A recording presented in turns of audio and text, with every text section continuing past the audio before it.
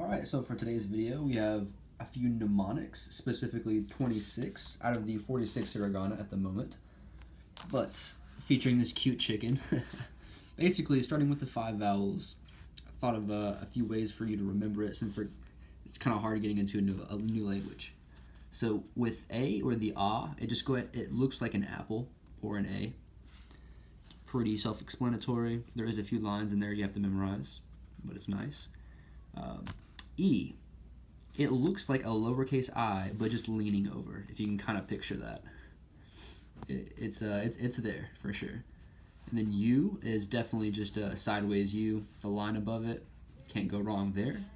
And the is the one I'm kind of iffy on. If you have any mnemonics for that, please leave it, or any of these, please leave a comment saying what you think one of these look like, because they are definitely all up for interpretation to each his own, for sure. So on with the next one, we have O. It is similar to the ah, but it has a mark above it, but it's definitely its own thing right there. So those are the 5 vowels. I'd say that those are the most important to learn out of everything here, because those all go back to these for roots. So with the ka, I'm honestly lost on that one. If you have any ideas on what that looks like to you, please leave it in the comments. I would love to hear what you're thinking. And this right here, key, looks like a pair of keys, sort of. You know how yeah, you could see that. It looks like a key, right?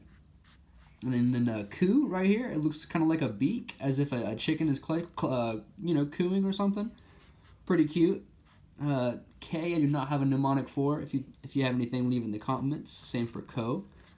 And then sa is a sideways chi. So basically, these two right here are the same, sa and chi.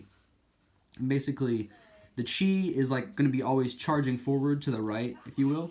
And then sa is always going to be sad or sideways and going to the left.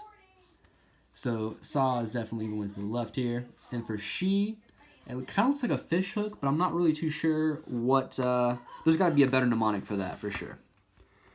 Su looks like a T, but it's silent. Those are definitely pretty tricky there, right there, as you can see.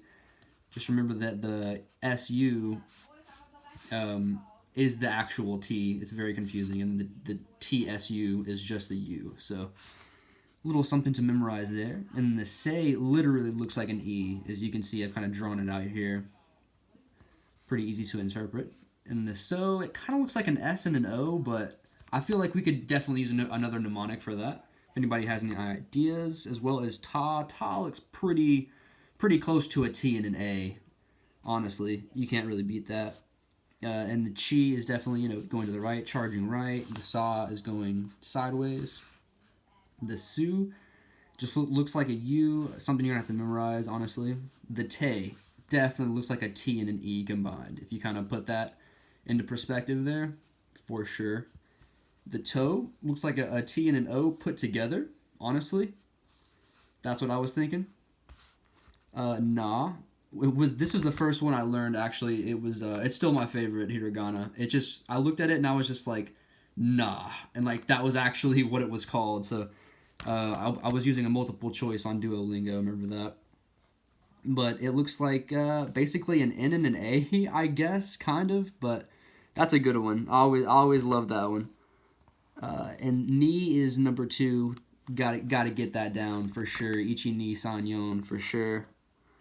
And then this one right here, I really like, because the V is kind of like your chopsticks, and then this is like a long noodle, if you will.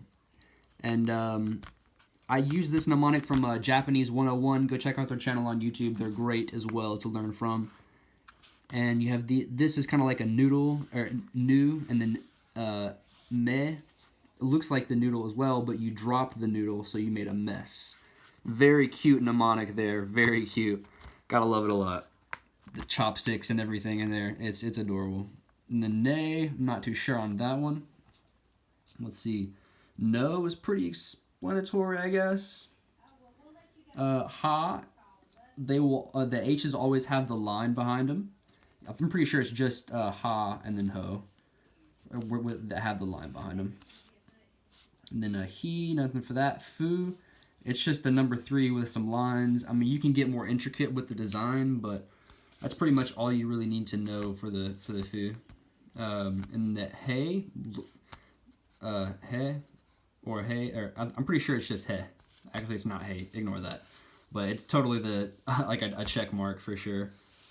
Ho is just the ha with 2 lines. The ma definitely. I know you see 4 here, but it's 3 that the loop doesn't count. It's 3 marks, and that's the 1, 2, 3 marks in an M. I hope that kind of makes sense there. We have me, and then moo, and then me. Of course, you made the mess, had the noodles, the mo, the ra. It literally looks like an R. I mean, you know, kind of print that in your brain. Re, similar to I, or E, excuse me, but just remember that the E, the first line is always going to be longer. So that your root vowel here, E, is always going to be longer on the first end and shorter on the second, where re is going to be shorter on the first and longer on the second. If it helps, you can connect these two, like such here.